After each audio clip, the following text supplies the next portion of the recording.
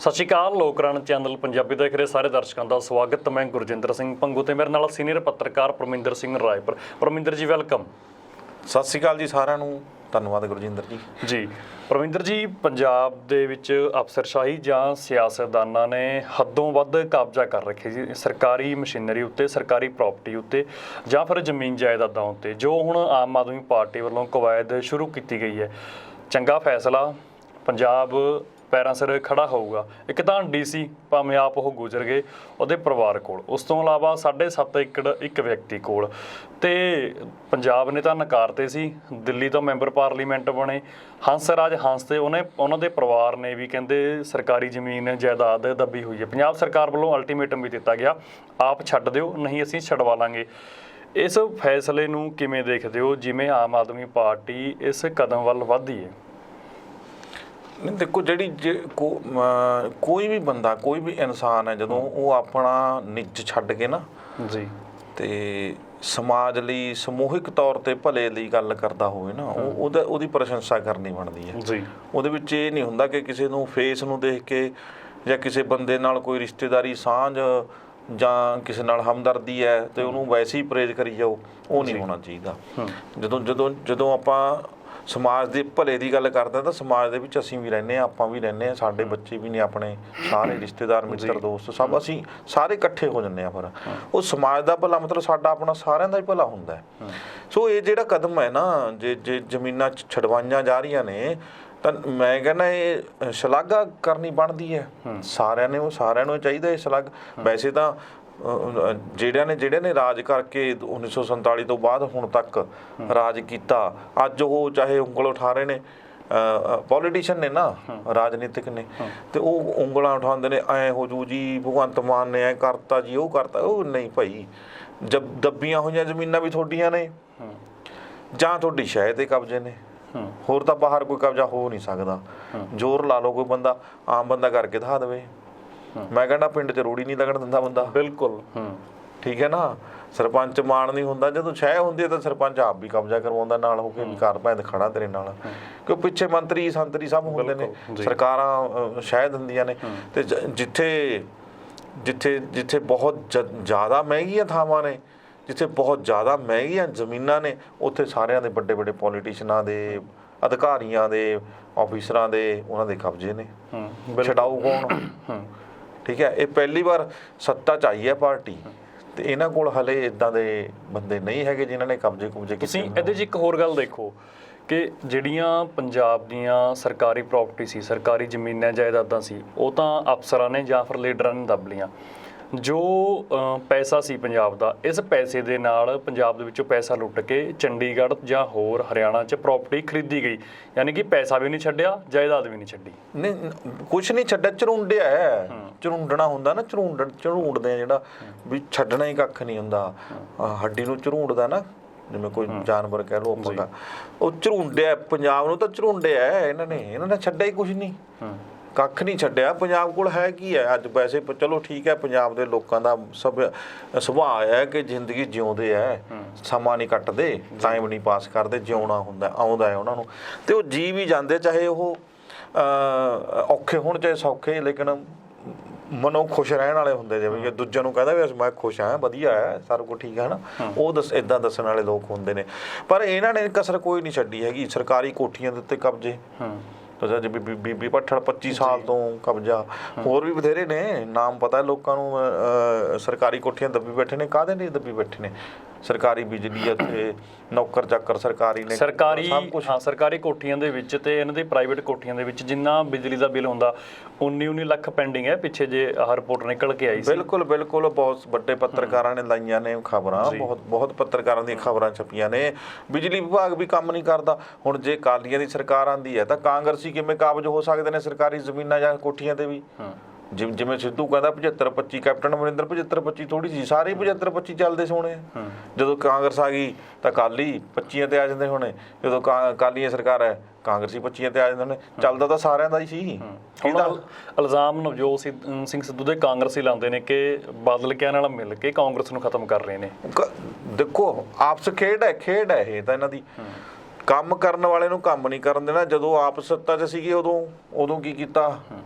ਮੈਂ ਤੁਹਾਨੂੰ ਇੱਕ ਗੱਲ ਦੱਸਾਂ, ਮੈਂ ਕੱਲ ਇੱਕ ਪ੍ਰੈਸ ਕਾਨਫਰੰਸ ਦੇਖ ਰਿਹਾ ਸੀ ਵੱਡੇ ਲੀਡਰ ਦੀ, ਤਾਂ ਮੈਂ ਜਦੋਂ ਉਹ ਸੰਬੋਧਨ ਕਰ ਰਿਹਾ ਸੀ ਨਾ, ਉਹਦੇ ਹੱਥਾਂ ਵੱਲ ਧਿਆਨ ਗਿਆ ਮੇਰਾ, ਮੈਂ ਸੱਚ ਕਹਿ ਰਿਹਾ ਤੁਹਾਨੂੰ, ਉਹਦੇ ਹੱਥ ਰੂਹ ਨਾਲੋਂ ਵੀ ਮਤਲਬ ਮਹਿਸੂਸ ਹੋ ਰਿਹਾ ਵੀ ਰੂਹ ਨਾਲੋਂ ਨਰਮ ਹੋਣਗੇ, ਚਿੱਟਾ ਪਿਆ ਕਿ ਉਹ ਡੱਕਾ ਤਾਂ ਤੋੜਨਾ ਨਹੀਂ ਇਹਨਾਂ ਨੇ। ਕਿੰਨੇ ਸਾਲਾਂ ਤੋਂ ਐਸ਼ਾ ਹੀ ਕਰਦੇ ਆ ਰਹੇ ਨੇ, ਲੋਕਾਂ ਚ ਕੋਲ ਗਏ ਜਾਂਦੇ ਕਦੇ ਨਹੀਂ, ਲੋਕਾਂ ਨੂੰ ਮਿਲਦੇ ਕਦੇ ਨਹੀਂ, ਜ਼ਮੀਨਾਂ ਤੇ ਕਬਜ਼ੇ ਨੇ, ਨਜਾਇਜ਼ ਧੰਦਿਆਂ ਵਾਲਿਆਂ ਨਾਲ ਕਮਿਸ਼ਨ ਬੰਨੇ ਹੋਏ ਨੇ, ਅਫਸਰ ਵੀ ਘਰਾਂ 'ਚ ਕੋਠੀਆਂ 'ਚ ਬੈਠੇ ਨੇ ਆਰਾਮ ਨਾਲ ਸੁੱਤੇ, ਤੇ ਪੋਲੀਟੀਸ਼ੀਅਨ ਬੈਠੇ ਨੇ, ਜਨਤਾ ਦਾ ਮਾਰ ਫਿਰ ਰਹੀ ਹੈ ਬਾਹਰ, ਤੇ ਧੁੱਪਾਂ 'ਚ ਰੜਕਦੀਆਂ ਧੁੱਪਾਂ ਦੇ ਵਿੱਚ ਫਿਰ ਰਹੀ ਹੈ, ਕਿਤੇ ਰੋੜੀ ਪਾ ਰਹੀ ਹੈ, ਕਿਤੇ ਰਿਕਸ਼ਾ ਖਿੱਚ ਰਹੀ ਹੈ, ਕਿਤੇ ਕਿਸਾਨ ਖੁਦਕੁਸ਼ੀ ਕਰ ਰਹੀ ਹੈ, ਕਿਤੇ ਮੁਲਾਜ਼ਮ ਬੈਠੇ ਨੇ। ਮੁਲਾਜ਼ਮ ਵੀ ਕੀ ਕਰਨ, ਕੋਈ ਚੈੱਕ ਕਰਨ ਵਾਲਾ ਨਹੀਂ ਹੈਗਾ, ਆਫੀਸਰ ਆਉਂਦੇ ਹਾਜ਼ਰੀ ਲਾ ਕੇ ਭੱਜ ਜਾਂਦੇ ਆ, ਠੀਕ ਹੈ। ਕੋਈ ਸਕੀਮਾਂ ਨਹੀਂ ਗਰੀਬਾਂ ਤੱਕ ਪਹੁੰਚਦੀਆਂ, ਬਹੁਤ ਸਾਰੀਆਂ ਸਕੀਮਾਂ ਨੇ ਗਰੀਬਾਂ ਵਾਸਤੇ, ਗਰੀਬ ਮਤਲਬ ਗਰੀਬ, ਕੋਈ ਜਾਤ ਪਾਤ ਦੀ ਗੱਲ ਨਹੀਂ ਕਰਦਾ ਮੈਂ, ਗਰੀਬਾਂ ਵਾਸਤੇ ਉਹ ਜਿਹੜੀਆਂ ਦਬੀਆਂ ਹੋਈਆਂ ਨੇ। ਕਿਉਂ ਆਫੀਸਰ ਅਗਲਾ ਕਹਿੰਦਾ ਮੈਂ ਕੀ ਲੈਣਾ, ਮੰਤਰੀ ਕਹੂਗਾ ਫਲਾਣੀ ਥਾਂ ਵੰਡਣਾ, ਵੀ ਲਿਆ 4 ਚੈੱਕ ਚੱਕ ਲਿਆ। ਇਹ ਤਾਂ ਤੁਸੀਂ ਆਹ ਦੇਖ ਲਓ ਨਾ ਕਿ ਜੇ ਮਨਰੇਗਾ ਵਾਲੀ ਸਕੀਮ ਸੀ ਕਿ 100 ਦਿਨਾਂ ਦਾ ਰੁਜ਼ਗਾਰ ਦੇਵਾਂਗੇ ਅਸੀਂ ਬੇਰੁਜ਼ਗਾਰ ਕਾਮਿਆਂ ਨੂੰ ਪਿੰਡਾਂ ਦੇ ਵਿੱਚ, ਉਹ ਰੁਜ਼ਗਾਰ ਕਿਸੇ ਨੂੰ ਤਾਂ ਕੀ ਦੇਣਾ, ਸਰਪੰਚ ਦਿਹਾੜੀਦਾਰ ਤੇ ਆਪਣੇ ਨਾਂ ਲਿਖੀ ਫਿਰਦਾ ਹੁੰਦਾ। ਬਿਲਕੁਲ ਸਭ ਕੁਝ ਇਦਾਂ ਹੀ ਹੈ। ਜਿਹੜੇ ਭਲੇ ਵਾਸਤੇ ਡਿਪਾਰਟਮੈਂਟ ਖੋਲ੍ਹੇ ਗਏ ਨੇ, ਮਹਿਕਮੇ ਖੋਲ੍ਹੇ ਹੋਏ ਨੇ, ਉਹਨਾਂ ਦੇ ਆਫਿਸਰਾਂ ਦੀ ਰਿਕਾਰਡ ਚੈੱਕ ਕਰ ਲਓ ਵੀ ਕਦੋਂ ਬਜਟ ਆਏ, ਕਦੋਂ ਸਕੀਮਾਂ ਲਈ ਪੈਸਾ ਆਇਆ ਹੋਇਆ, ਤੇ ਵੰਡਿਆ ਕਿੰਨੇ ਸਾਲਾਂ ਬਾਅਦ ਹੈ, ਤੇ ਉਸ ਟਾਈਮ ਕਿਉਂ ਵੰਡਿਆ, ਕਿਉਂਕਿ ਚੋਣਾਂ ਨੇੜੇ ਆ ਗਈਆਂ। ਤੇ ਪੁੱਛਿਆ ਜਾਵੇ ਵੀ ਇਹ ਆਫਿਸਰ ਕੀ ਕਰਦੇ ਸੀ ਦਫ਼ਤਰਾਂ 'ਚ, ਫਿਰ ਇਹਨਾਂ ਦੇ ਕੰਮ ਕੀ ਨੇ, ਇਹਨਾਂ ਨੇ ਕਿੱਥੇ ਜਾ ਕੇ ਲੋਕਾਂ ਨੂੰ ਦੱਸਿਆ, ਇਹਨਾਂ ਸਕੀਮਾਂ ਬਾਰੇ ਜਾਗੂ ਕਰਾਉਣ ਲਈ ਕੋਈ ਕੈਂਪ ਲਾਏ, ਲੋਕਾਂ ਨੂੰ ਬੁਲਾਇਆ, ਜਾਂ ਲੋਕਾਂ ਦੇ ਦਰਾਂ ਤੱਕ ਪਹੁੰਚੇ ਇਹ ਆਫਿਸਰ? ਨਹੀਂ, ਇਹ ਆਪਣੇ ਘਰਾਂ 'ਚ ਲੈ ਜਾਂਦੇ ਨੇ ਸਮਾਨ ਚੱਕ ਕੇ, ਜਿਹੜਾ ਸਮਾਨ ਆਉਂਦਾ ਲੋਕਾਂ ਨੂੰ ਵੰਡਣ ਵਾਸਤੇ, ਜਾਂ ਕਿਸੇ ਮੰਤਰੀ ਸੰਤਰੀ ਦੇ ਚਹੇਤਿਆਂ ਨੂੰ ਵੰਡਦੇ ਨੇ 10-15 ਬੰਦੇ ਬੁਲਾ ਕੇ ਵੀ ਹਾਂ ਜੀ ਆਜੋ ਚੈੱਕ ਵੰਡਣੇ ਨੇ ਜੀ, ਵੇਚਦੇ ਵੀ ਨੇ। ਜੋ ਪਿੰਡਾਂ ਦੇ ਵਿੱਚ ਸੁਸਾਇਟੀਆਂ ਬਣੀਆਂ ਹੋਈਆਂ ਨੇ, ਇਹਨਾਂ ਨੂੰ ਲੋਕਾਂ ਦੇ ਲਈ ਸਮਾਨ ਆਉਂਦਾ, ਉੱਥੇ ਕਿਤੇ ਫਰਿੱਜ ਵਗੈਰਾ ਜਾਂ ਕੁਝ ਹੋਰ ਨਾ ਘੱਟ ਰੇਟ ਤੇ ਮਿਲਦਾ, ਤੇ ਆ ਜਿਹੜੇ ਇੱਥੇ ਸੈਕਟਰੀ ਜਾਂ ਸਰਕਾਰੀ ਅਫਸਰ ਲੱਗੇ ਹੋਏ ਨੇ, ਇਹ ਲੋਕਾਂ ਦਾ ਸਮਾਨ ਆਪ ਵੇਚ ਦਿੰਦੇ ਨੇ। ਆਹ ਸਾਰੇ ਮਹਿਕਮਿਆਂ ਦਾ ਹਾਲ ਹੈ। ਮੈਂ ਕਿਹਾ ਤੁਸੀਂ ਜੇ ਰਿਕਾਰਡ ਕਢਾਓ ਪਿਛਲੇ 25-30 ਸਾਲਾਂ ਦਾ, ਕੋਈ ਨਹੀਂ ਬਚਣਾ, ਕੋਈ ਪਾਕ ਸਾਫ ਹੋ ਕੇ ਨਿਕਲ ਕੇ ਦਿਖਾ ਦੇਵੇ। ਇਹ ਸਾਰੇ ਆਫਿਸਰ ਮੰਤਰੀਆਂ ਦੇ ਚੇਲੇ ਨੇ, ਕਿਉਂਕਿ ਉੱਪਰ ਵੀ ਦੇ ਹੁਣ ਜਿਹੜਾ ਬੰਦਾ ਏਸੀ ਤੱਕ ਚੱਕ ਲੈ ਗਿਆ, ਮੰਤਰੀ ਕਹਿ ਲਓ, ਫਰਿੱਜ ਤੱਕ ਚੱਕ ਲੈ ਗਏ ਸਰਕਾਰੀ ਕੋਠੀਆਂ ਦੇ ਵਿੱਚੋਂ, ਗੀਜ਼ਰ ਲੈ ਗਏ, ਠੀਕ ਹੈ, ਕੁਰਸੀਆਂ ਟੇਬਲ ਲੈ ਗਏ, ਜਿਹੜੇ ਕਿ ਉਹ ਆਫਿਸਰ ਨੂੰ ਕਿਵੇਂ ਰੋਕ ਸਕਦੇ ਆ ਵੀ ਤੂੰ ਵੀ ਨਾ ਖਾ ਬਈ? ਉਹ ਤਾਂ ਕਹਿੰਦੇ ਨੇ ਲੈ ਤੂੰ ਸਾਨੂੰ ਵੀ ਇੱਥੇ ਪਹੁੰਚਾ ਦੇ ਆਹ ਚੀਜ਼। ਬਿਲਕੁਲ ਨਹੀਂ, ਸਲਾਹਾਂ ਤਾਂ ਅਫਸਰ ਦਿੰਦੇ ਨਾ, ਕੰਮ ਇਦਾਂ ਹੋਊਗਾ। ਹਾਂ, ਉਹ ਬਜਟ ਆਏ ਹੁੰਦੇ ਨੇ, ਬਜਟ ਤੁਸੀਂ ਦੇਖ ਲਓ, ਤੁਸੀਂ ਬਜਟ ਜਦੋਂ ਆਉਂਦੇ ਨੇ ਤੇ ਕਿਤੇ ਗੱਫੇ ਕਿੱਥੇ ਜਾਂਦੇ ਨੇ, ਲੋਕਾਂ ਦੇ ਵਿੱਚ ਕਿੰਨਾ ਦੱਸਣ ਵਾਲੇ ਅਫਸਰ ਹੀ ਹੁੰਦੇ ਨੇ। ਨਹੀਂ, ਹੰਸਰਾਜ ਨੂੰ ਕੀ ਪਤਾ ਹੁੰਦਾ ਕਿ ਸਰਕਾਰੀ ਜਾਇਦਾਦ ਤੇ ਕਬਜ਼ਾ ਵੀ ਹੋ ਜਾਂਦਾ, ਕਬਜ਼ਾ ਹੋ ਜਾਂਦਾ, ਤੇ ਕਿੱਥੇ ਪਈ ਹੈ ਕੌਣ ਦੱਸਦਾ ਹੈ ਵੀ ਆਹ ਜਗ੍ਹਾ ਹੈ, ਰੌਲੇ ਵਾਲੀ ਹੈ, ਸਰਕਾਰੀ ਹੈ, ਤੇ ਕਬਜ਼ਾ ਕਰੋਗੇ ਤੁਹਾਨੂੰ ਕਿਹਨੇ ਪੁੱਛਣਾ, ਜਾਂ ਲੀਜ਼ ਤੇ ਕਰ ਦਿੰਦੇ ਤੁਹਾਨੂੰ, ਆ ਜਾਓ, ਕੌਣ ਬੁਲਾ ਕੇ ਦੱਸਦਾ ਹੈ? ਆਪ ਹੀ ਬੁਲਾ ਲੈਂਦੇ ਨੇ ਘਰਾਂ 'ਚ ਅਫਸਰਾਂ ਨੂੰ। ਮਾਈਨਿੰਗ ਹੁਣ ਤੁਹਾਨੂੰ ਕੀ ਪਤਾ ਕਿੱਥੇ ਮਾਈਨਿੰਗ ਹੋਣੀ, ਤੁਸੀਂ ਜਾ ਕੇ ਭਰ ਕੇ ਦਿਖਾਓ ਕਿਤੇ। ਬਿਲਕੁਲ, ਕੌਣ ਭਰਨ ਦਿੰਦਾ?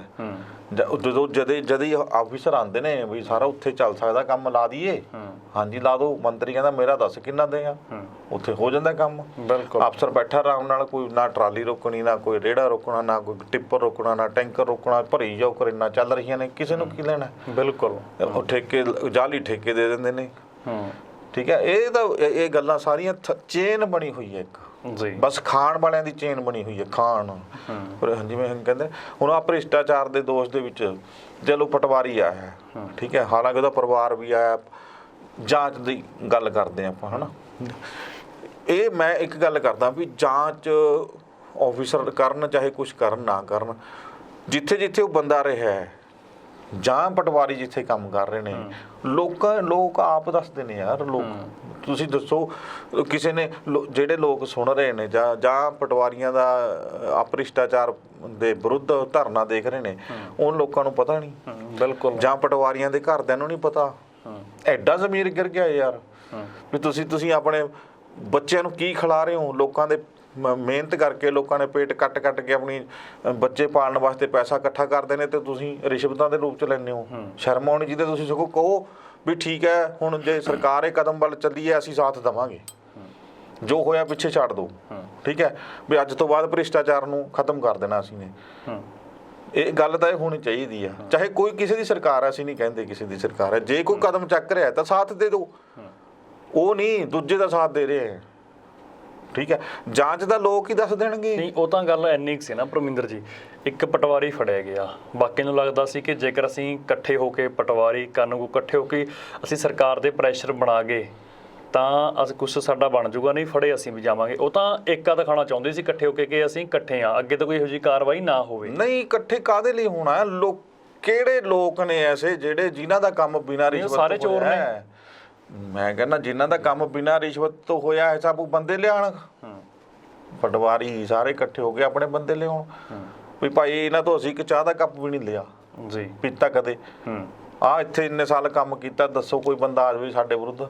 ਨਹੀਂ, ਇੱਕ ਦੇਖੋ ਪਰਮਿੰਦਰ ਜੀ, ਜੇਕਰ ਪਟਵਾਰੀ ਦੀ ਗੱਲ ਕਰੀਏ, ਕਿਸੇ ਵੀ ਪਟਵਾਰੀ ਨੂੰ ਇਸ ਚੀਜ਼ ਦਾ ਅਧਿਕਾਰ ਨਹੀਂ ਹੈਗਾ ਕਿ ਆਪਣੇ ਨਾਲ ਕੋਈ ਮੁਨਸ਼ੀ ਰੱਖ ਸਕਣ। ਉਹਨਾਂ ਨੇ ਦੋ ਰੱਖੇ ਹੋਏ ਨੇ ਤੇ ਉਹਨਾਂ ਦੇ ਪੈਸੇ ਪਟਵਾਰੀ ਆਪਣੀ ਤਨਖਾਹ 'ਚ ਥੋੜੀ ਦਿੰਦਾ, ਉਹ ਲੋਕਾਂ ਦੀ ਜੇਬਾਂ ਕੱਟ ਦਿੰਦੇ ਨਾ। ਉਹ ਮੈਂ ਕਹਿੰਦਾ ਤੇਲ ਤੱਕ ਨਹੀਂ ਪਵਾਉਂਦਾ ਕੋਈ। ਤੋ ਥਾਣੇ ਦੀ ਗੱਲ ਕਰ ਲਓ, ਥਾਣੇ ਦੇ ਵਿੱਚ ਤੁਸੀਂ ਮਤਲਬ ਚਾਹੇ ਬਿਜਲੀ ਮਹਿਕਮੇ ਦੀ ਗੱਲ ਕਰ ਦਿਓ, ਚਾਹੇ ਤੁਸੀਂ ਹੋਰ ਡਿਪਾਰਟਮੈਂਟ ਲੈ ਲਓ, ਜਦੋਂ ਇਹਨਾਂ ਨੂੰ 100 ਰੁਪਇਆ 200 ਰੁਪਇਆ ਤਾਂ ਤੁਸੀਂ ਤੇਲ ਦਾ ਮਿਲਦਾ ਹੈ, ਚੱਕੀ ਇਹ ਗੱਡੀਆਂ ਫਿਰਦੇ ਨੇ।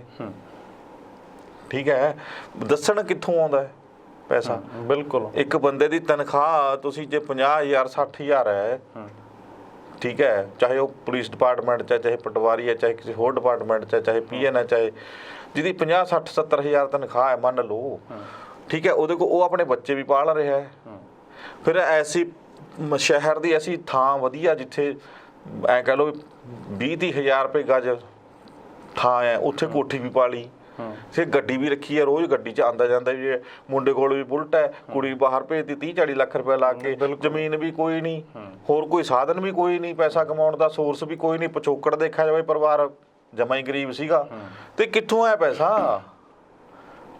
ਦੱਸਣ ਸਾਰੇ। ਤੁਸੀਂ ਇੱਕ ਗੱਲ ਇਹਦੇ 'ਚ ਹੋਰ ਦੇਖੋ, ਕੋਈ ਵੀ ਕਰਮਚਾਰੀ ਜਿਸ ਦਫ਼ਤਰ ਤੋਂ ਰਿਟਾਇਰ ਹੋ ਜਾਂਦਾ 58 ਸਾਲ ਤੋਂ ਬਾਅਦ, ਉਸ ਤੋਂ ਬਾਅਦ ਉਹ ਉੱਥੇ ਫੇਰ ਕੰਮ ਕਰਦਾ। ਬਿਲਕੁਲ, ਫਿਰ ਉਹੀ ਗੱਲ ਕਰਨ ਤੋਂ ਬਾਅਦ ਬਿਲਕੁਲ ਕੰਮ ਕਰ, ਉਹ ਪੈਸਾ ਆਉਂਦਾ ਦਿਖਦਾ ਨਾ, ਰਿਸ਼ਵਤ ਆਉਂਦੀ ਹੈ ਉੱਥੇ, ਪੈਸਾ ਬਣਦਾ ਕਿਵੇਂ ਆਉਂਦਾ ਉਹ ਪਤਾ ਹੁੰਦਾ ਉਹਨਾਂ ਨੂੰ। ਹਾਲਾਂਕਿ ਕਈ ਤਾਂ ਮੈਂ ਖੁਦ ਇਹ ਗੱਲ ਕਹਿੰਦੇ ਸੁਣੇ ਨੇ, ਉਹ ਕਹਿੰਦੇ ਤਨਖਾਹ ਕਢਾਉਣ ਦੀ ਤਾਂ ਸਾਨੂੰ ਲੋੜ ਹੀ ਨਹੀਂ ਪੈਂਦੀ ਹੈਗੀ, ਸਾਨੂੰ ਉੱਪਰੋਂ ਇੰਨੇ ਬਣਦੇ। ਬਹੁਤ ਨੇ ਜਿਨ੍ਹਾਂ ਨੇ ਨਹੀਂ ਕਢਾਈਆਂ ਤਨਖਾਹਾਂ, ਜੇ ਕਢਾਈਆਂ ਵੀ ਹੈ ਤਾਂ ਕਿਤੇ ਨਾ ਕਿਤੇ ਹੋਰ ਚੱਕ ਕੇ ਐਡਜਸਟ ਕਰਤੀਆਂ ਗਏ ਪਈਆਂ ਰਹਿਣ ਦਿੱਤੀਆਂ। ਬਿਲਕੁਲ, ਉਹ ਐਸੇ ਲੋਕਾਂ ਨੇ ਇਹ ਗਲਬਾ ਆਇਆ ਇੱਕ ਬਹੁਤ ਵੱਡਾ, ਇਹ ਇੱਕਦਮ ਨਹੀਂ ਖਤਮ ਹੋਣ ਵਾਲਾ। ਆਪਾਂ ਕੱਲ ਵੀ ਗੱਲ ਕਰੀ ਸੀ ਕਿ ਕਾਨੂੰਨ ਹੀ ਸਖਤ ਬਣਾਉਣਾ ਚਾਹੀਦਾ, ਵੀ ਨਿਆਂਪਾਲਿਕਾ ਵੀ ਇੱਧਰ ਧਿਆਨ ਦੇਵੇ ਵੀ ਜੇ ਕੋਈ ਇੱਦਾਂ ਫਸ ਜਾਂਦਾ ਹੈ, ਰੰਗੇ ਹੱਥੀਂ ਫੜਿਆ ਜਾਂਦਾ ਔਰ ਉਹਦੇ ਵਿਰੁੱਧ ਸਬੂਤ ਮਿਲ ਜਾਂਦੇ ਆ ਠੋਸ, ਔਰ ਉਹ ਸਜ਼ਾ ਦਾ ਭਾਗੀਦਾਰ ਹੁੰਦਾ, ਤਾਂ ਉਹਦੇ ਸਾਰੇ ਹੀ ਉਸੇ ਟਾਈਮ ਡਿਸਮਿਸ ਕਰਕੇ ਸਾਰੇ ਉਹਦੇ ਇਨਕਰੀਮੈਂਟ ਸਭ ਅਪੀਲਾਂ ਦਲੀਲਾਂ ਉੱਥੇ ਹੀ ਖਤਮ ਕਰ ਦੇਣੀ ਚਾਹੀਦੀ ਆ, ਔਰ ਜਾਇਦਾਦ ਸਾਰੀ ਕੁਰਕ ਕਰ ਲੈਣੀ ਚਾਹੀਦੀ ਉਹਦੀ ਜੀ। ਇਹ ਹੋਣਾ ਚਾਹੀਦਾ ਇਹ ਰੂਲ। ਜਦੋਂ ਅਗਲਾ ਭਰਦਾ ਨਾ, ਇਹ ਇੱਕ ਵੈਸੀ ਗੱਲ ਕਰਦਾ, ਵੱਖਰਾ ਹੋ ਕੇ ਗੱਲ ਕਰ ਰਿਹਾ ਵਿਸ਼ੇ ਤੋਂ, ਇਹਦਾ ਇੱਕ ਕਾਨੂੰਨ ਬਣਾਉਣ ਦਾ ਚਾਹੀਦਾ। ਜਦੋਂ ਦੇਖੋ, ਮੈਂ ਮਾਫ ਕਰਨਾ, ਮੈਂ ਗੱਲ ਕਰ ਰਿਹਾ, ਪਰ ਇਹ ਸਾਰਿਆਂ ਦੇ ਭਲੇ ਲਈ ਹੋਊਗੀ। ਜਦੋਂ ਨੌਕਰੀ ਦੇ ਫਾਰਮ ਭਰੇ ਜਾਂਦੇ ਆ, ਉਦੋਂ ਰਿਸ਼ਵਤ ਦੇ ਵਿਰੁੱਧ ਜਿਹੜੀ ਐਕਟ ਹੈਗਾ ਉਹਦੇ ਤਹਿਤ ਕਾਰਵਾਈ ਦੀ, ਸਖਤ ਕਾਰਵਾਈ ਦੀ ਹੈ ਵਿੱਚ ਮੈਂਸ਼ਨ ਕਰਕੇ ਸਾਈਨ ਕਰਾਉਣੇ ਚਾਹੀਦੇ ਆ। ਉਹਨੂੰ ਕੋਈ ਅਧਿਕਾਰ ਨਹੀਂ ਹੋਣਾ ਚਾਹੀਦਾ ਕਿ ਉਹ ਅਦਾਲਤ ਦਾ ਦਰਵਾਜ਼ਾ ਖੜਕਾ ਸਕੇ। ਦੂਜੀ ਗੱਲ, ਜਦੋਂ ਕੰਟਰੈਕਟ ਬੇਸ ਤੇ ਭਰਤੀ ਕਰਦੇ ਆ, ਤਾਂ ਜਦੋਂ ਕੰਟਰੈਕਟ ਖਤਮ ਹੋ ਗਿਆ ਨਾ, ਉਸੇ ਟਾਈਮ ਉਹਨਾਂ ਦੀਆਂ ਸੇਵਾਵਾਂ ਖਤਮ ਹੋ ਜਾਣ। ਉਹ ਕੰਟਰੈਕਟ ਬੇਸ ਤੇ ਭਰਤੀ ਹੁੰਦੇ ਆ, ਉਹਨਾਂ ਨੂੰ ਪਤਾ ਹੁੰਦਾ ਕਿ ਕੰਟਰੈਕਟ ਬੇਸ ਤੇ ਲੱਤ ਵਸਾ ਲਓ, ਉਸ ਤੋਂ ਬਾਅਦ ਧਰਨੇ ਮੁਜ਼ਾਹਰੇ, ਨਾਲੇ ਤਾਂ ਸਰਕਾਰ ਦਾ ਨੁਕਸਾਨ ਹੁੰਦਾ, ਨਾਲੇ ਕੰਮ ਦਾ ਨੁਕਸਾਨ ਹੁੰਦਾ, ਲੋਕਾਂ ਦਾ ਨੁਕਸਾਨ ਹੁੰਦਾ, ਨਾਲੇ ਜਿਹੜੇ ਬੰਦੇ ਲੀਗਲੀ ਯੋਗ ਹੁੰਦੇ ਨੇ ਉਸ ਟਾਈਮ ਉਹਨਾਂ ਦਾ ਅੱਗਾ ਮਾਰਿਆ ਜਾਂਦਾ ਹੈ। ਜੇ ਤੁਹਾਨੂੰ ਪਤਾ ਕਿ ਅਸੀਂ ਪੱਕੇ ਨਹੀਂ ਹੋਣਾ, ਫਿਰ ਤੁਸੀਂ ਜੁਆਇਨ ਕਿਉਂ ਕਰਦੇ ਹੋ ਕੰਟਰੈਕਟ ਬੇਸ ਤੇ? ਜਦੋਂ ਪਤਾ ਵੀ ਅਸੀਂ ਪੱਕੇ ਨਹੀਂ ਹੋ ਸਕਦੇ ਉਰੇ, ਤਾਂ ਕੰਟਰੈਕਟ ਬੇਸ ਕਿਉਂ ਭਰ ਰਹੇ ਹੋ? ਨਾ ਭਰੋ। ਜਦੋਂ ਕੰਟਰੈਕਟ ਖਤਮ ਹੋ ਗਿਆ, ਚਾਹੇ ਸਰਕਾਰੀ ਹੈ ਚਾਹੇ ਪ੍ਰਾਈਵੇਟ ਹੈ, ਉਹਦਾ ਅਗਲਾ ਖਤਮ ਹੋ ਗਿਆ। ਆ ਤਾਂ ਕੋਵਿਡ 'ਚ ਵੀ ਹੋਇਆ ਸੀ ਨਾ। ਹੁਣ ਦੇਖੋ, ਜਿਹੜੇ ਕੋਵਿਡ ਵਲੰਟੀਅਰ ਰੱਖੇ ਗਏ ਸੀ, ਉਹ ਉਸ ਸਮੇਂ ਲਈ ਰੱਖੇ ਗਏ ਸੀ, ਅੱਜ ਉਹ ਧਰਨੇ ਦੇ ਬੈਠੇ ਨੇ ਸਾਨੂੰ ਪੱਕੇ ਕਰੋ। ਉਹੀ ਗੱਲ ਕਰਦਾ, ਹਰੇਕ ਬੰਦੇ ਉੱਠ ਕੇ ਆਉਂਦੇ ਸਾਨੂੰ ਪੱਕੇ ਕਰੋ ਜੀ। ਬਈ ਜਿਹੜੇ ਪੱਕੇ ਹੋਣ ਵਾਸਤੇ ਐਲੀਜੀਬਲ ਨੇ, ਅੱਗੇ ਬੈਠੇ ਨੇ, ਜਿਹਨਾਂ ਨੂੰ ਰੈਗੂਲਰ ਜੌਬਸ ਮਿਲਦੀਆਂ ਨੇ, ਉਹ ਵੀ ਤਾਂ ਆ ਰਹੇ ਨੇ। ਤੁਹਾਨੂੰ ਪੱਕੇ ਕਰਕੇ ਉਹਨਾਂ ਦਾ ਅੱਗਾ ਕਿਉਂ ਮਾਰਿਓ? ਤੁਸੀਂ ਪਹਿਲਾਂ ਹੀ ਨਾ ਕੰਟਰੈਕਟ ਬੇਸ ਅਡਾਪਟ ਕਰੋ, ਨਾ ਕਰੋ ਭਾਈ। ਜੀ ਬਿਲਕੁਲ। ਜਦੋਂ ਕੰਟਰੈਕਟ ਬੇਸ ਹੀ ਕੰਟਰੈਕਟ ਰੱਖਿਆ ਹੈ, ਤੁਹਾਨੂੰ ਕੰਟਰੈਕਟ ਖਤਮ ਹੋ ਗਿਆ, ਤੁਸੀਂ ਖਤਮ ਹੋ। ਉਹਨਾਂ ਤੋਂ ਇਸ ਤਰ੍ਹਾਂ ਦਾ ਅਧਿਕਾਰ ਵੀ ਮੇਰੇ ਖਿਆਲ ਲੈ ਲੈਣਾ ਚਾਹੀਦਾ। ਰੈਗੂਲਰ ਭਰਤੀ ਕਰਨੀ ਚਾਹੀਦੀ ਹੈ, ਕਿਉਂਕਿ ਜੇ ਇਦਾਂ ਸਾਰੇ ਨਾ ਕਰਨਗੇ ਤਾਂ ਸਰਕਾਰ ਵੀ ਮਜਬੂਰ ਹੋਊਗੀ ਰੈਗੂਲਰ ਭਰਤੀਆਂ ਕੱਢਣ ਲਈ। ਜੇ ਸਾਰੇ ਕੰਟਰੈਕਟ ਬੇਸਿਸ ਤੇ ਜਾਣਾ ਮਨਾ ਕਰਨਗੇ ਤਾਂ ਸਰਕਾਰ ਕੋਲ ਵੀ ਆਪਸ਼ਨ ਕੋਈ ਨਹੀਂ ਹੋਊਗੀ। ਉਹ ਕਹੂਗੀ ਠੀਕ ਹੈ ਰੈਗੂਲਰ ਭਰਤੀ ਕਰੋ, ਆ ਜਾਓ, ਅਸੀਂ ਰੈਗੂਲਰ ਭਰਤੀਆਂ ਕਰਦੇ ਹਾਂ। ਫਿਰ ਕੰਪੀਟੀਸ਼ਨ ਤਾਂ ਹੋਊਗਾ ਨਾ, ਯੋਗ ਬੰਦੇ ਅੱਗੇ ਆਉਣਗੇ ਨਾ।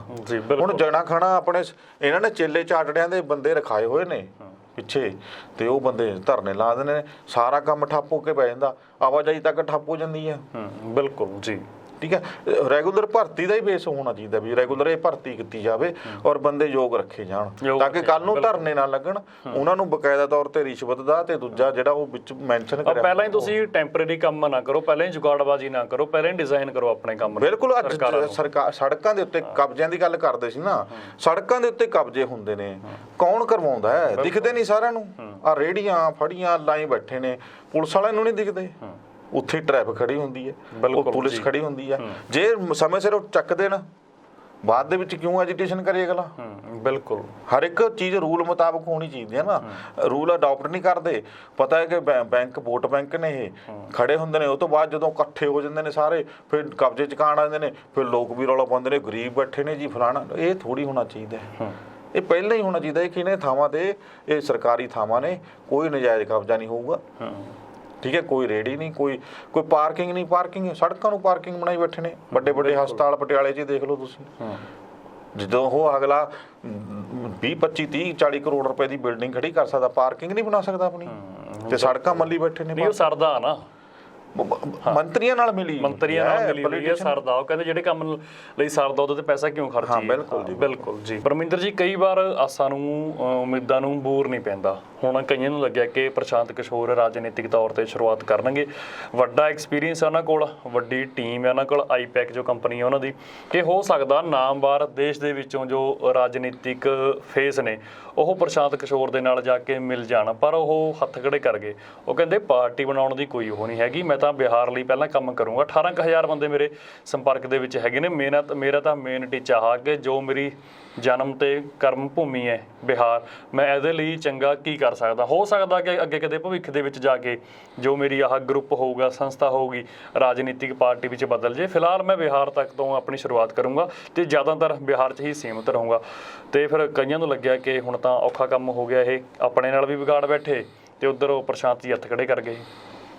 ਉਹਦਾ ਦੇਖੋ, ਹਰ ਇੱਕ ਬੰਦੇ ਦਾ ਆਪਣਾ ਆਪਣਾ ਨਜ਼ਰੀਆ ਹੁੰਦਾ ਦੇਖਣ ਦਾ। ਉਹਨੇ ਆਪਣੇ ਪੱਖ ਸਾਰੇ ਦੇਖਣੇ ਨੇ ਜੀ। ਸਭ ਤੋਂ ਪਹਿਲਾ ਪੱਖ ਤਾਂ ਇਹ ਹੁੰਦਾ ਕਿ ਹੁਣ ਅੱਜ ਕੱਲ੍ਹ ਦੌਰ ਕੀ ਚੱਲ ਰਿਹਾ ਵੀ ਜੇ ਤੁਸੀਂ ਵੱਡੇ ਪੋਲੀਟੀਸ਼ੀਅਨ ਆ ਜਿਹੜੇ ਪਾਵਰ 'ਚ ਨੇ ਉਹਨਾਂ ਦੇ ਵਿਰੁੱਧ ਬੋਲੇ ਤਾਂ ਤੁਹਾਡੇ ਤੇ ਦੇਸ਼ ਧਰੋਹ ਦਾ ਪਰਚਾ ਹੋ ਜੂ, ਤੁਸੀਂ ਅੰਦਰ ਜਾਓਗੇ। ਮੈਂ ਦੱਸਣਾ ਚਾਹੁੰਦਾ ਤੁਹਾਨੂੰ, ਆਪਣੀ ਪਹਿਲਾਂ ਪ੍ਰੋਗਰਾਮ ਕੀਤਾ ਸੀ ਆਪਾਂ ਨੇ, ਜੋ ਜਗਨੇਸ਼ ਮਵਾਨੀ ਸੀ, ਉਹ 3 ਮਹੀਨੇ ਲਈ ਭੇਜਤੇ ਜੇਲ੍ਹ 'ਚ। ਕੇਸ ਪੁਰਾਣਾ ਕੱਢਿਆ ਗਿਆ, ਟਵੀਟ ਮੋਦੀ ਦੇ ਕੀਤਾ ਸੀ ਉਹਨਾਂ ਨੇ। ਉਹੀ ਗੱਲ ਹੈ, ਕੋਈ ਵੀ ਗੱਲ ਹੈ। ਹੁਣ ਜਿਹੜਾ ਸੱਤਾ 'ਚ ਬੈਠਾ ਉਹ ਹਿਟਲਰ ਬਣਿਆ ਬੈਠਾ, ਉਹ ਕਹਿੰਦਾ ਕਿ ਮੇਰੇ ਖਿਲਾਫ ਬੋਲੇ ਤਾਂ ਸੀ ਕੋਈ, ਉਹਨੂੰ ਸਭ ਤੋਂ ਪਹਿਲਾਂ ਪਾਵਰ ਦਿਖਾਈਏ ਅਸੀਂ ਕਿਸ ਚੀਜ਼ 'ਚ। ਉਹ ਹੁਣ ਉਹਨੇ ਆਪਣੀ ਚਮੜੀ ਵੀ ਬਚਾਉਣੀ ਹੈ ਪੀਕੇ ਨੇ। ਸਭ ਤੋਂ ਪਹਿਲਾਂ ਤਾਂ ਹੁਣ ਜਦੋਂ ਬੰਦਾ ਟੈਕਨੀਕਲ ਤੌਰ ਤੇ ਸਾਊਂਡ ਮੰਨਦਾ ਆਪਣੇ ਆਪ ਨੂੰ, ਤਾਂ ਆਹ ਚੀਜ਼ ਤਾਂ ਪਹਿਲਾਂ ਦੇਖਦਾ ਹੋਊਗਾ ਨਾ ਜੀ।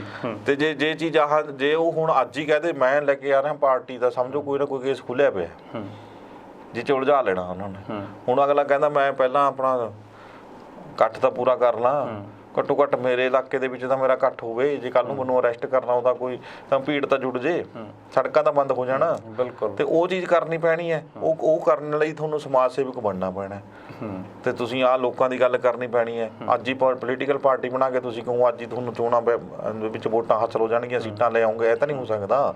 ਤੇ ਉਹ ਚੀਜ਼ ਨਾਪ ਤੋਲ ਰਿਹਾ ਆਪਣੇ ਆਪ ਨੂੰ, ਤੇ ਨਾਪ ਤੋਲ ਕਰਕੇ ਫਾਈਨੈਂਸ ਤੌਰ ਤੇ ਕਿਹੜੇ ਸਪਾਂਸਰਡ ਚੀਜ਼ਾਂ ਨੇ ਜਿਹੜੀਆਂ ਉਹਨਾਂ ਨੂੰ ਨਾਲ ਲਿਆ ਜਾ ਸਕਦਾ ਹੈ, ਸਪਾਂਸਰ ਹੋ ਸਕਦਾ ਹੈ, ਤੇ ਕਿੰਨੇ ਬੰਦੇ ਅੱਗੇ ਜੁੜ ਸਕਦੇ ਨੇ, ਹੋਰ ਕਿਹੜੀਆਂ ਸੜਕਾਂ ਬੰਦ ਹੋ ਜਾਣੇ ਕੱਲ ਨੂੰ ਜੇ ਕੋਈ ਗੱਲ ਹੁੰਦੀ ਹੈ, ਕੋਈ ਪਰਚਾ ਪੈਂਦਾ ਤਾਂ ਕੀ। ਨਾਲੇ ਪਰਮਿੰਦਰ ਜੀ ਆਪਣੇ ਤਾਂ ਐਵੇਂ ਹੀ ਪੱਬਾਂ ਭਾਰ ਹੋ ਜਾਂਦੇ ਨੇ, ਐਂ ਥੋੜੀ ਹੋਊਗਾ ਕਿ ਜੇਕਰ ਪ੍ਰਸ਼ਾਂਤ ਨੇ ਪਾਰਟੀ ਬਣਾਉਣੀ ਹੋਵੇ ਤਾਂ ਇੱਕਦਮ ਸਾਰੇ ਪੱਤੇ ਖੋਲ ਦੂਗਾ ਉਹ। ਨਹੀਂ, ਉਹ ਇਹ ਪੰਜਾਬ ਦੀ ਜੇ ਤੁਸੀਂ ਗੱਲ ਕਰਦੇ ਹੋ ਤਾਂ ਪੰਜਾਬ ਦੇ ਵਿੱਚੋਂ ਐ ਲੋਕਾਂ ਨੂੰ ਜ਼ਰੂਰ ਸੀਗਾ ਕਿ ਪ੍ਰਸ਼ਾਂਤ ਲੈ ਕੇ ਆ ਰਿਹਾ ਪਾਰਟੀ ਤਾਂ ਅਸੀਂ ਤਾਂ ਹਿੱਸਾ ਬਣ ਜਾਾਂਗੇ, ਪਰ ਉਹ ਐ ਥੋੜੀ ਹੈ ਕਿ ਹਾਂ ਸਾਰੀ ਸਟੇਟਸ ਦੇ ਵਿੱਚ ਅੱਜ ਹੀ ਪਾਰਟੀ ਦੀਆਂ ਸ਼ਾਖਾਵਾਂ ਖੁੱਲ੍ਹ ਗਈਆਂ ਜੀ।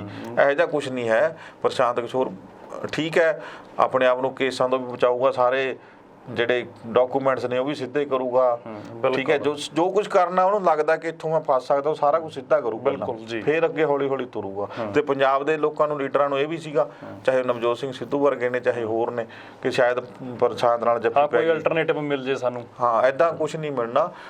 ਇਹ ਤਾਂ ਜਦੋਂ ਥੱਲੇ ਲੱਗਣਾ, ਕਿਸੇ ਦੀ ਗੱਲ ਮੰਨਣੀ ਹੈ, ਗੁਲਾਮ ਹੈ ਬਣਨਾ ਕਿਸੇ ਦਾ, ਫਿਰ ਤਾਂ ਕਿਸੇ ਦਾ ਹੀ ਬਣ ਜਾਓ, ਕਿਸੇ ਦਾ। ਬਿਲਕੁਲ, ਇਹ ਕੋਈ ਜ਼ਰੂਰੀ ਨਹੀਂ ਹੁੰਦਾ ਕਿ ਪ੍ਰਸ਼ਾਂਤ ਕਿਸ਼ੋਰ ਦਾ ਗੁਲਾਮ ਬਣ ਕੇ ਹੀ ਤੁਹਾਡੇ ਤਰੱਕੀ ਦੇ ਰਾਹ ਖੁੱਲ੍ਹਣੇ ਨੇ, ਐਦਾਂ ਨਹੀਂ ਹੁੰਦਾ। ਇਹ ਤਾਂ ਆਪ ਚੱਲਣਾ ਪੈਂਦਾ, ਕੰਮ ਕਰਨਾ ਪੈਂਦਾ, ਕਰਮ ਕਰਨਾ ਪੈਂਦਾ, ਨਾ ਕਿ ਆ ਜਿਹੜੀਆਂ ਬਿਆਨਬਾਜ਼ੀਆਂ ਜਾਂ ਆ ਜਿਹੜੇ ਸ਼ੇਰ ਜੇ ਬੋਲ ਕੇ ਜਾਂ ਕਿਸੇ ਲੋਕਾਂ ਨੂੰ ਉਹੀ ਡਰਾ ਧਮਕਾ ਕੇ ਗੱਲਾਂ ਕਰੀ ਜਾਣੀਆਂ, ਠੀਕ ਹੈ। ਜਿਵੇਂ ਹੁਣ ਗੱਲ ਕਰਦੇ ਸੀ ਕਿ 1 ਸਾਲ ਹੋ ਗਿਆ BCU ਨਹੀਂ ਲੱਗਿਆ, ਕਹਿੰਦੇ ਉਹਦਾ ਖੇਤੀਬਾੜੀ ਯੂਨੀਵਰਸਿਟੀ ਦਾ ਜੀ, ਤੇ 5 ਸਾਲ ਤੁਸੀਂ ਸਰਕਾਰ ਤੁਹਾਡੀ ਰਹੀ ਹੈ, ਸਥਾਨਕ ਸਰਕਾਰਾਂ ਦੇ ਤੁਸੀਂ ਮੰਤਰੀ ਰਹੇ ਹੋ, ਤੇ ਚਲੋ ਮੰਨਿਆ, ਛੱਡੋ, ਪਰ 111 ਦਿਨ ਦੀ ਸਰਕਾਰ ਤਾਂ ਤੁਹਾਡੀ ਸੀ, ਪ੍ਰਧਾਨ ਤੁਸੀਂ ਰਹੇ ਹੋ ਪਾਰਟੀ ਦੇ, ਤੁਸੀਂ BC ਕਿਉਂ ਨਹੀਂ ਲਾਇਆ ਜੀ? 4 ਦਿਨਾਂ 'ਚ 3 ਦਿਨਾਂ 'ਚ BC ਲੱਗ ਕੇ ਮਾਰ ਚੱਕਣਾ ਸੀ ਕੰਮ, ਵੀ ਆਹ ਚੱਕੋ ਜੀ, ਲਾਤਾ BC, ਤੁਸੀਂ ਕਿਉਂ ਨਹੀਂ ਲਾਇਆ? 3 ਦਿਨ ਤਾਂ ਸਰਕਾਰ ਤੁਹਾਡੇ ਹੱਥ 'ਚ ਰਹੀ। ਬਿਲਕੁਲ, ਚੰਨੀ ਨੂੰ ਜੱਫੀ ਪਾਈ, ਚੰਨੀ ਨੂੰ ਹੱਥ ਫੜ ਕੇ ਜਦੋਂ ਹੈਲੀਕਾਪਟਰ 'ਚ ਲੈ ਕੇ ਗਏ, ਉਦੋਂ BC ਲਾ ਲੈਣਾ ਸੀ ਜੀ। ਬਿਲਕੁਲ, ਉਹ ਗੱਲਾਂ ਨੇ, ਸਿਰਫ ਕਰਮ ਨਾਲ ਲੋਕਾਂ ਦਾ ਕੰਮ ਕਰੋਗੇ ਤਾਂ ਲੋਕ ਹੱਥਾਂ 'ਚ ਚੱਕਣਗੇ, ਨਹੀਂ ਤਾਂ ਚੱਲੀ ਜਾਂਦਾ ਜਿੱਦਾਂ ਚੱਲ ਜੀ। ਬਿਲਕੁਲ ਪਰਮਿੰਦਰ ਜੀ, ਬਹੁਤ ਬਹੁਤ ਸ਼ੁਕਰੀਆ ਖਬਰ ਦੇ ਵਿਚਾਰ ਚਰਚਾ ਕਰਨ ਦੇ ਲਈ, ਤੁਹਾਡਾ ਧੰਨਵਾਦ। ਸ਼ੁਕਰੀਆ ਜੀ। ਦੋਸਤੋ, ਸਾਡੇ ਨਾਲ ਜੁੜੇ ਹੋਏ ਸੀ ਸੀਨੀਅਰ ਪੱਤਰਕਾਰ ਪਰਮਿੰਦਰ ਸਿੰਘ ਰਾਏਪੁਰ। ਤੁਸੀਂ ਬਣੇ ਰਹੋ ਤੁਹਾਡੇ ਆਪਣੇ ਚੈਨਲ ਲੋਕ ਰਾਣਾ ਚੈਨਲ ਪੰਜਾਬੀ ਤੇ। ਧੰਨਵਾਦ।